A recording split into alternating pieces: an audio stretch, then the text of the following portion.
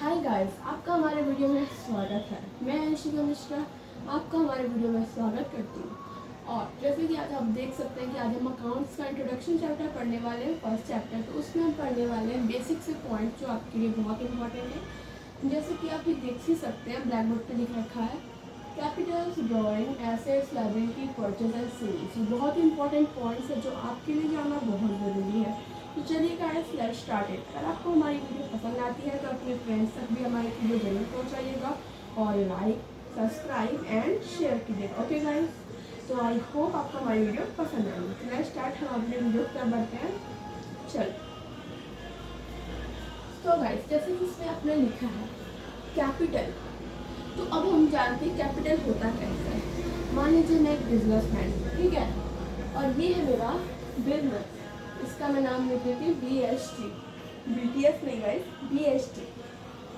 BST को business को short form में BST कहते हैं, ठीक है। तो मान लीजिए ये मेरा बिजनेस है, मैंने अपने बिजनेस में लगाया 50,000 रुपया। एज अपने बिजनेस में मैंने इतने पैसे इन्वेस्ट किए ताकि मैं अपने बिजनेस को चला सकूं। तो जो पैसा मैंने अपने बिजनेस में लगाया उसको आप बोल सकते हैं कैपिटल, यानी एक जो मालिक रहता है अपने बिजनेस में जितना पैसा लगाता है उसे कह सकते हैं कैपिटल। ओके गाइस, एग्जाम्पल के तौर पे मैं आपको बताती हूँ। जो राम है, राम ने अपने बिजनेस में 1 लाख रुपया लगाया, ठीक है। मुझसे थोड़ा ज़्यादा उम्मीद था राम। तो राम ने माफ़ कीजिए भगवान, माफ़ कीजिए, राम ने अपने बिजनेस में 1 लाख रुपया ज़्यादा लगाया, मतलब 1 लाख रुपया लगाया अपने बिजनेस में। तो इसकी तरफ से जो 1 लाख रुपया है वो बिजनेस की, वो एक तरीके से कैपिटल हो जाता है बिजनेस के लिए, ठीक है। बिजनेस, राम ने कैपिटल लगाया अपने बिजनेस में, जो पैसा राम ने अपने बिजनेस में लगाया उसको कैपिटल कहा जाएगा, ठीक है। आपको आई होप समझ आ गया होगा कैपिटल किसको कहते हैं। जो पैसा एक मालिक अपने बिजनेस में लगाता है उसे कहते हैं कैपिटल, ठीक है गाइस। नेक्स्ट पॉइंट पर चलते हैं, इसको मिटा देते हैं, ठीक है।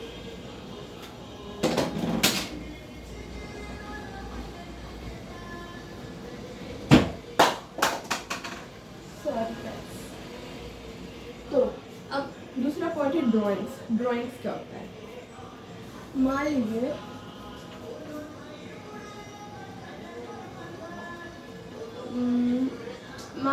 ये है राम, ठीक है।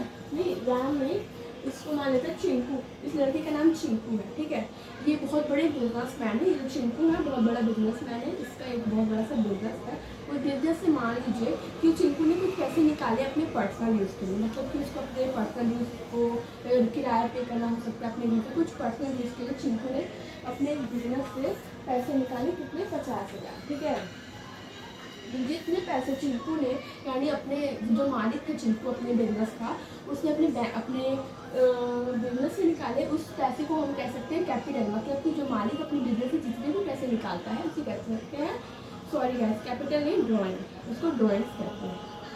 कोई भी मालिक, यानी मैं समझ लो ये मेरा बिजनेस है, मैंने अपने बिजनेस से जितने भी पैसे अपने पर्सनल खर्चों के लिए निकाला है उसको कह सकते हैं ड्राइंग।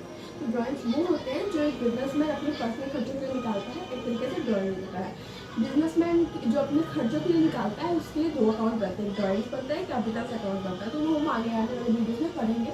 तो आपके लिए इतना जानना जरूरी है कि जो पैसा बिजनेसमैन अपने बिजनेस से निकालता है अपने पर्सनल यूज के लिए उसको कह सकते हैं ड्राइंग है। आपको आई होप आपको ये समझ आ गया होगा। तो नेक्स्ट पर चलते हैं।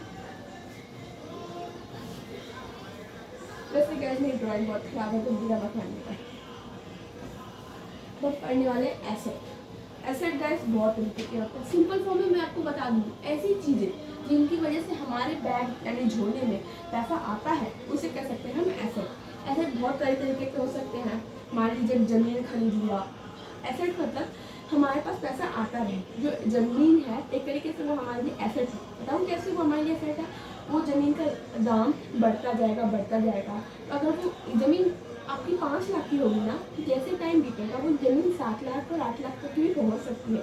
तो एक तरीके से वो हमारे पास पैसा ला रहा है, भले वो हमको दे नहीं रहा हो लेकिन उसमें पैसा बढ़ जाता है। एक तरीके से वो हमारा एसेट है, ठीक है। एसेट वो सारी चीज़ें होती हैं जो हमारे बैंक में पैसा लाती हैं, हमारे जेब में पैसा लाती हैं।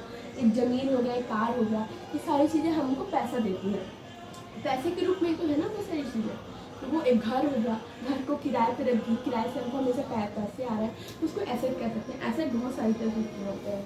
वैसे एसेट 2 तरीके के होते हैं, एक होता है करेंट और एक होता है नॉन करेंट।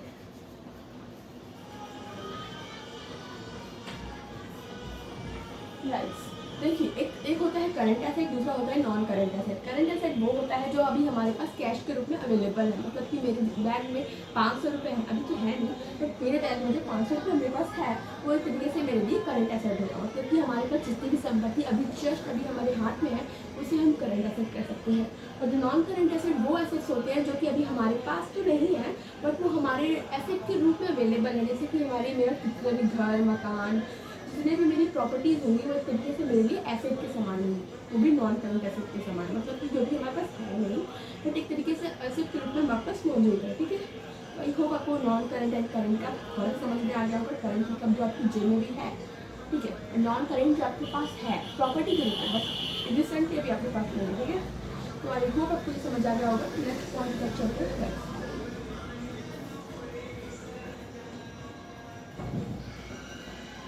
तो गैस लाइबिलिटी बिल्कुल एसेट्स का अपोजिट होता है। ऐसी चीज़ें जो हमारे पैर में पैसा लाती हैं कैसे एसेट, तो ऐसी चीज़ें जो हमारे जेब से पैसा लेकर जाती हैं उसे कह सकते हैं लाइबिलिटीज। ठीक है, लाइबिलिटीज वैसे चीज़ें होती हैं जैसे कि बिल्स पेबल, कोई बिल्स हमको पे करना रहता है तो हमारे जेब से पैसे जाते हैं ना बिल्स को पे करने के लिए, हमारे बोझ होता है। लाइबिलिटीज मतलब रिस्पॉन्सिबिलिटी। ठीक है, लाइबिलिटीज भी दो प्रकार की होती है, पहले लाते हैं जिसको समझ लेते हैं लोगों के प्रकार को भी जानेंगे। ठीक है, लाइबिलिटीज मान लो कि लोन ले लेते हैं, ठीक है, लोन, उस लोन को हमको पे करना पड़ता है हर साल। ठीक है, तो इस तरीके से हमारे पास एक रिस्पॉन्सिबिलिटी होती है लोन को पे करने का। तो हम क्या करते हैं ना, उसको हम लाइबिलिटी बोलते हैं, यानी रिस्पॉन्सिबिलिटी होता है पैसे को पे करने का। लाइबिलिटीज बहुत तरीके के हो सकते हैं, लोन्स हो गया, बिल्स पेबल हो गया, और बहुत कुछ हो सकता है। लाइबिलिटी बहुत कुछ हो सकता है। ठीक है, तो आई होप आपको लाइबिलिटी समझ में आ गया। दो तरीके की लाइबिलिटीज होती है, एक होती है करंट, एक होती है नॉन करंट। एसेट के नॉन करंट एसेट और करंट एसेट की तरह भी इस लायबिलिटी में भी दो भाग होते हैं, current liability, non current liability. Current liabilities में गाइस क्या होता है कि ऐसी लायबिलिटी जो हमको एक साल के अंदर में पे कर रही है उनको कहते हैं करंट एसेट्स, करंट लायबिलिटीज। मतलब कि मुझे लोन पे करना है वो भी एक साल के अंदर में, तो उसको मैं कह सकती हूँ करंट लायबिलिटीज। ठीक है, और ऐसी लायबिलिटीज तो मुझे एक साल के बाद में पे करना है या फिर 2 साल के बाद में पे करना है, तो उसको कहते हैं नॉन करंट लायबिलिटीज। मतलब कि ऐसी लायबिलिटीज जो अभी पे करना अर्जेंट है बट लेकिन जिसको बाद में पे करना अर्जेंट है, तो उसको क्या कहेंगे हम, नॉन करंट लायबिलिटीज। तो आई होप आपको ये समझ में आ गया होगा। नॉन करंट एसेट लायबिलिटीज में ये हो सकता है कि जैसे कि कोई हमारा लोन है, ठीक है, लोन को हमको 5 साल में पे करना है, तो अभी तो हमें नहीं पे करना है, उसको 5 साल में पे करना है, हमारे पास बहुत सारा टाइम है। और लेकिन ये कोई ऐसे लोन होते हैं जिनको एक साल या फिर बहुत एक साल के अंदर में पूरा करना रहता है, उनको बोल सकते हैं करंट लायबिलिटीज। तो जिनको पे करना रहता है बिजनेस में सबसे पहले करंट लायबिलिटीज को ही देखेगा, नॉन करंट लायबिलिटीज को नहीं देखेगा। अगर वो नॉन करंट लायबिलिटीज को देखेगा, करंट लायबिलिटीज को जैसे अंदाज करेगा तो वो बिजनेस में मनी देख सकता है। आई होप आपको समझ में आ गया। चलो नेक्स्ट पॉइंट चलते हैं। इसलिए अब हम पढ़ने वाले हैं परचेज। परचेज क्या होता है? देखिए गाइस, परचेज जो भी चीज़ बिजनेस अपने कंपनी के रूप में, मतलब कि कोई भी चीज़ बिजनेस अपनी कंपनी के लिए खरीदती है उसे कह सकते हैं बिजनेस परचेजर। मतलब कि मुझे ये ड्रेस पसंद आ गई तो इस ड्रेस को मैं खरीदूँगी, तो इस तरीके से मैंने उस ड्रेस को परचेज किया। ठीक है, तो इसे परचेज करें। परचेज भी दो तरीके से होते हैं। ठीक है, एक होते हैं कैश परचेज, आई होप आपको दिख रहा होगा। एक होता है कैश परचेज, दूसरा होता है क्रेडिट परचेज। ओके गाइस, एक होता है कैश परचेज, दूसरा होता है क्रेडिट परचेज। कैश परचेज वो परचेज होता है जब समझ जाओ कि मैं बिजनेसमैन हूँ और ये मेरा बिजनेस है। ठीक है, और चलिएगा मैं बिजनेसमैन हूँ, ये मेरा बिजनेस है, मैंने अपने बिजनेस के लिए कुछ क्रेडिट परचेज किए। क्रेडिट परचेज वो परचेज होती है जो हम उधार पे खरीदते हैं। मैंने अपने बिजनेस के लिए 1000 चेयर्स खरीदी on the basis of credit. ठीक है, तो हो गया क्रेडिट परचेज। और कैश परचेज मतलब कि मैंने खरीदा सामान लेकिन उसके लिए पैसे पे किए, उसको कहेंगे कैश परचेज। लेकिन हमने वो सामान खरीदा उसके लिए पैसे नहीं दिया, उसे कहेंगे क्रेडिट परचेज। तो आपको क्लियर हो गया होगा। तो अब तेज की तरफ चलते हैं हमारे लास्ट पॉइंट। ओके गाइस, इसको मिटाने के लिए हमको चाहिए डस्टर।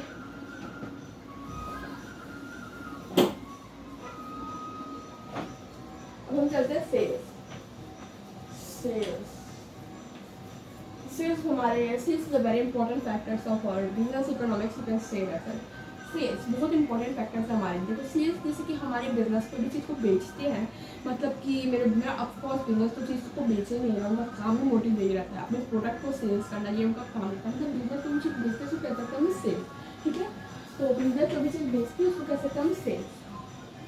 सेल्स की दो प्रकार की होती है, जैसे कि परचेज दो प्रकार के होते हैं, एवरेज लाइबिलिटी, सबके दोनों प्रकार होते हैं गाइस। तो सेल्स के भी दो प्रकार होंगे। एक होता है कैश सेल्स, एक होता है क्रेडिट। एक होता है कैश सेल्स और एक होता है क्रेडिट सेल्स, ठीक है। कैश सेल्स वो होता है जिसको हम लोग कोई चीज़ को बेचते हैं। मान लो कि मैंने अपना प्रोडक्ट किसी बंदे को बेचा, तो उस बंदे को मैंने अपना प्रोडक्ट बेचा, तो उसके लिए मैंने उससे पैसे नहीं लिए, उसको अपना प्रोडक्ट ऐसे यूँ ही बेच दिया, उसको मैं बोलूँगी मेरा क्रेडिटर है वो, तो मेरा डेप्टर है, ठीक है। और मैं हूँ इसकी क्रेडिटर। सॉरी गाइस, ठीक है। तो मैंने उसको अपना पैसा मतलब कि उससे मैंने उसको सामान दिया, फिर उससे पैसा नहीं लिया, तो एक तरीके से मैंने ये क्रेडिट सेल्स किया, ठीक है। लेकिन अगर मैंने क्या किया, कैश सेल्स की बात हम करें, तो मैंने उसको सामान बेचा बट उसके लिए मैंने उससे पैसे भी चार्ज किए, तो उसे हम कहेंगे कैश सेल्स। तो इस तरीके से वो हमारा डेप्टर बन सकता है अगर हम उसने हमें पैसे नहीं पे किया। आई होप आपको ये